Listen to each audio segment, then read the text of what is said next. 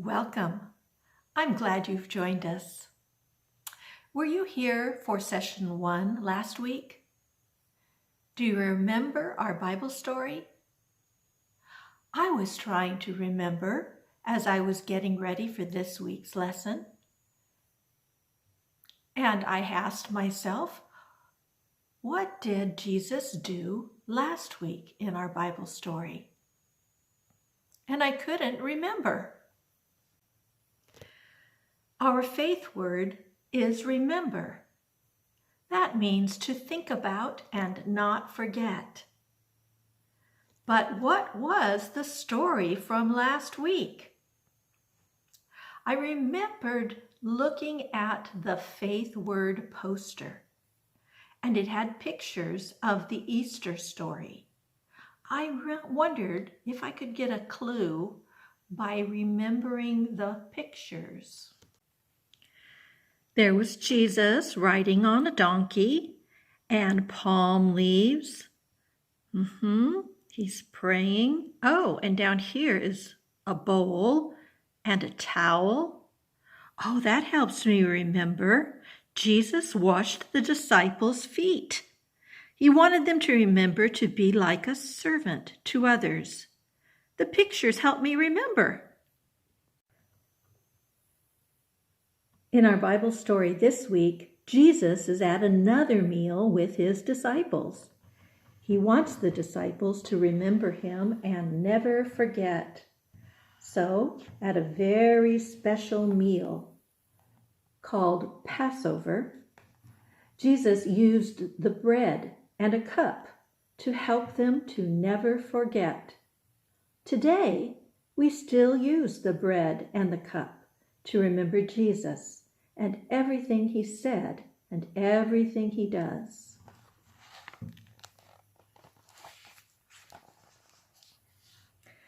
The Last Supper, Luke 22:14-20. Jesus and his friends had traveled to Jerusalem to celebrate the Passover feast. They couldn't wait to eat good food and celebrate God's love. Jesus told his friends, "I am glad to eat this Passover meal with you." Then Jesus held the cup and gave thanks to God. "Take this cup and share it." Then Jesus picked up a loaf of bread. He broke the bread, blessed it, and gave it to them. "Do this to remember me," said Jesus to his disciples. After supper, Jesus said, "This cup is the new promise, the new covenant. Drink it and remember me." In our Bible story, Jesus shared a meal with his friends. Jesus blessed the bread, broke the bread, and shared it with his disciples. Jesus said, "Do this in remembrance of me," or "to remember me." We remember Jesus when we share the bread together. In church, during worship service, we call it communion. Communion. When it is safe to get together again, I look forward to sharing communion with you. Until then, you could have communion with your family at a special meal. We cannot have communion with only one person. We need at least 2 to share communion. Sit or stand facing each other. Take the bread and ask God to bless it. Then break the bread. Take a piece and pass the bread to the next person. When you pass the bread, say, "Jesus shares his love with you." Wait to eat the piece of bread until everyone is holding a piece. Then you can eat it all together. Let's pretend to share communion together.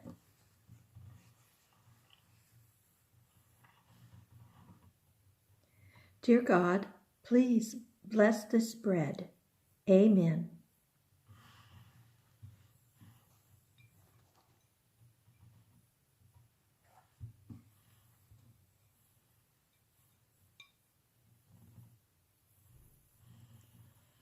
Jesus shares his love with you.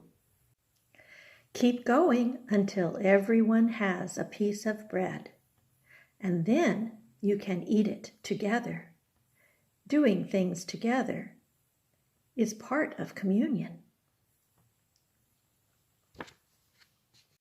We have done many things to connect ourselves with God and help us remember the lessons that Jesus teaches us. Praying, singing, chanting, serving others, blessing others. But the most important spiritual practice is communion. Will you pray with me now? Dear God, thank you for the love Jesus shares with us. Amen. Bye-bye, boys and girls. I hope to see you next time.